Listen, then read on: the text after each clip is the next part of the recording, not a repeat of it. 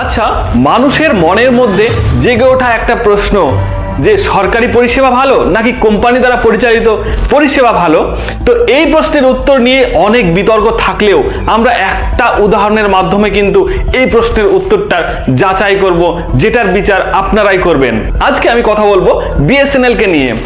এই বিএসএনএল এর ইতিহাস এবং এই বিএসএনএল নতুনভাবে সুসজ্জিত হয়ে এসে তারা কি 4G পরিষেবা আমাদেরকে দিতে পারবে, তার সঙ্গে সঙ্গে 5G কি লঞ্চ করবে এবং তাদের প্ল্যানটাই বা কি, এই সমস্ত প্রশ্নের উত্তর আমরা আজকে এই ভিডিওর মাধ্যমে জানবো। চলুন ভিডিওটি শুরু করা যাক।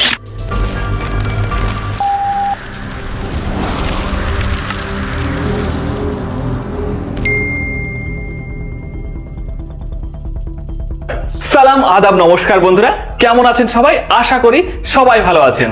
তো আপনারা অলরেডি বুঝে গেছেন যে আজকের ভিডিওর টপিক কি।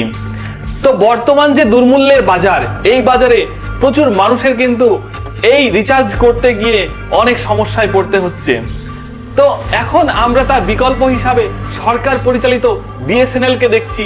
তারা তাদের নিজেদেরকে নতুনভাবে সুসজ্জিত করে নতুন প্ল্যান নিয়ে হাজির হয়েছে। আমাদের কি সেই বিএসএনএল এ যাওয়া উচিত হবে? আমি আপনাদেরকে বলবো যে এখন আপাতত আপনি যদি আশা করেন যে এই বিএসএনএল থেকে 4G পরিষেবা গ্রহণ করবেন, সেটা কিন্তু হবে না। তার কারণ তারা এখনো সারা ভারত জুড়ে 4G পরিষেবা সেভাবে চালু করতে পারেনি। তাদের প্ল্যান আছে আগামী আগস্ট মাস থেকে সারা ভারত জুড়ে এই পরিষেবা চালু করবে। যদিও তারা কিছু কিছু এলাকা যেমন পাঞ্জাব বা কেরালার বেশ কিছু এলাকায় এখন তারা পরীক্ষামূলকভাবে এই পরিষেবা চালু করেছে। তারা সারা ভারত জুড়ে বর্তমানে 10,000 মতো টাওয়ার বসিয়েছে, যার ফলে তারা এই সার্ভিস প্রোভাইড করবে বলে আশা করা হচ্ছে। এর সঙ্গে সঙ্গে আরো একটা ভালো খবর হলো, তারা কিন্তু এবার আর একা এই পরিষেবাটা দেবে না। এবার এই পরিষেবাটা দেবে বিশ্বস্ত টিসিএস এবং টাটা তেজাস নেটওয়ার্কের সঙ্গে ট্রাই আপ হয়ে তারা এই কাজটি করবে, যাতে করে জিও এবং এয়ারটেল বা ভোডাফোনের সঙ্গে তারা কিন্তু অবশ্যই টেক্কা দেবে, এই আশা করাই যায়। তো এই বিএসএনএল এর নতুন প্ল্যান কোনগুলো, সেগুলোতে আমরা কি কি সুবিধা পাবো সেটা জানার আগে আমরা ছোট্ট করে এই বিএসএনএল এর একটু ইতিহাস জেনে আসি। তো এই বিএসএনএল এর যাত্রা কিন্তু 90-এর দশকে শুরু হয়েছিল। প্রথম পৃথিবী জুড়ে যখন টেলিকমিউনিকেশনের একটা উদ্ভাবন ঘটলো, তখন মুম্বাই এবং দিল্লির মতো মহানগরে কিন্তু এই টেলিযোগাযোগ পরিষেবা চালু করেছিল এমটিএনএল দ্বারা। পরবর্তীকালে ভারত সরকার প্রত্যন্ত গ্রামীণ এলাকায় এটা পৌঁছে দেওয়ার জন্য কিন্তু এই বিএসএনএল এর শুরু করেছিল। এই বিএসএনএল এর পুরো নাম হলো ভারত সঞ্চার নিগম লিমিটেড। এর হেড অফিস হলো দিল্লিতে অবস্থিত, আর এটা 2000 সালে প্রথম প্রতিষ্ঠা হয়, যদিও এর সমস্ত ক্রিয়াকলাপ 1998 সালে শুরু হয়েছিল। তো প্রথম এই বিএসএনএল 2002 সালে 2000 কোটি টাকা, 2003 সালে 3000 কোটি টাকা, 2004 সালে 3600 কোটি টাকা এইরকম ভাবে তারা লাভের মুখ দেখে। কিন্তু হঠাৎ করেই তাদের একটা ডাউনফল চলে আসে 2006 সালে, যখন সেই সময়ের টেলিকমিউনিকেশন মিনিস্টার ডি মারান এই সরকারি সংস্থার বরাত দিয়ে তার নিজের ভাইয়ের একটা সংস্থা সান নেটওয়ার্ককে প্রচুর পরিমাণ সুবিধা পাইয়ে দেয়। তাতে 323টা মতো কন্ট্রাক্ট পাইয়ে দিয়েছিল, 51 লক্ষ কলিং করেছিল, যেটা সম্পূর্ণ চার্জ কিন্তু এই বিএসএনএল এর ওপর পড়েছিল। আর সেই সময় তো এত কলিং ফ্রি ছিল না, যার মূল্য কিন্তু অনেক ছিল, যার ফলে এই সংস্থার সেই সময় 1600 কোটি টাকা এক ধাক্কায় লস হয়ে যায়। পরবর্তীকালে এই ডিমারান মিনিস্টারকে কিন্তু বরখাস্ত করা হয় এবং তারপরে এ রাজা মিনিস্টার হয়। এ রাজা মিনিস্টার হওয়ার পর 2007 সালে এই বিএসএনএল ঠিক করে তারা ভিম্যাক্স নামক একটা সফটওয়্যার লঞ্চ করবে, যার ফলে তারা উচ্চ গতি সম্পন্ন হাই স্পিড ডেটা প্রোভাইড করবে।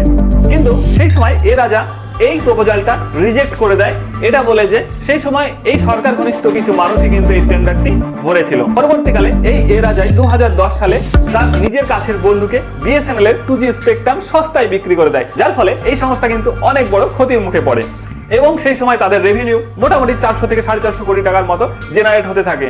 তো পরবর্তীকালে দেখা যায় এই সংস্থার অবস্থা কিন্তু খুবই খারাপ হয়ে যায়, তারা ধীর গতিতে পদার্পণ করতে থাকে। আর ওই সময়টাই মার্কেটে কিন্তু হাজ আইডিয়ার মতো সংস্থা এসে মার্কেটে 3G লঞ্চ করে দেয় এবং তাদের পপুলারিটি অনেক বেড়ে যায়। তো এইভাবে চলতে থাকার পর 2016 সালে এসে কিন্তু আমরা হঠাৎ করে দেখতে পাই যে জিওর মতো একটা সংস্থা লঞ্চ হয়ে যায়, যাতে এই বিএসএনএল, ভোডাফোন, এয়ারটেল সিঁদুরে মেঘ দেখে এবং তারা বুঝতে পারে তাদের এই মার্কেটে এখন টিকে থাকা মুশকিল।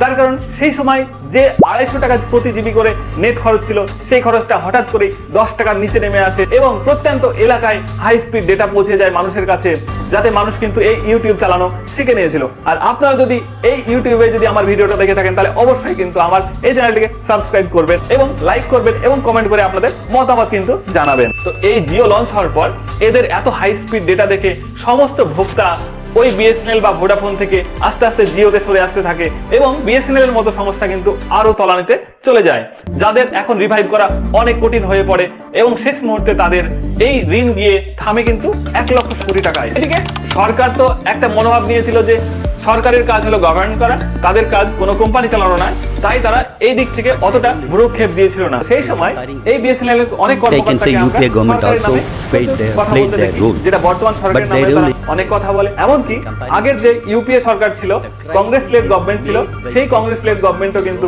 এই সংস্থা ডোবানোর পিছনে দায়ী বলে তারা অনেক বক্তব্য দেয়।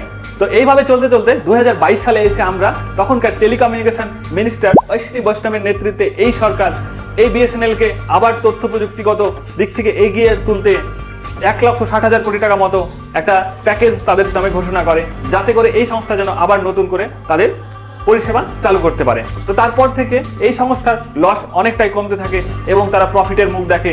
2022 সালে তারা মোটামুটি 400 কোটি টাকা মতো প্রফিট দেখে এবং 2023 সালের অর্থ বছরে তাদের প্রফিট গিয়ে দাঁড়ায় 1,500 কোটি টাকা মতো এবং শেষ পর্যন্ত তাদের এখনো কিন্তু কিছুটা লস রয়েছে 5,367 কোটি টাকা মতো।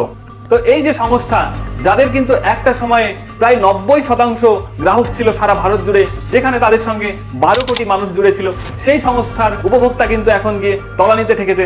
তাদের যদি আমরা পার্সেন্টেজ হিসাবে বলতে যাই, তাহলে কিন্তু বিএসএনএল এর এখন উপভোক্তার পার্সেন্টেজ 10%, ভিআই 23%, এয়ারটেল 30%, সেখানে জিও কিন্তু একাই 37% উপভোক্তাকে এখন এই পরিষেবা দিয়ে চলেছে।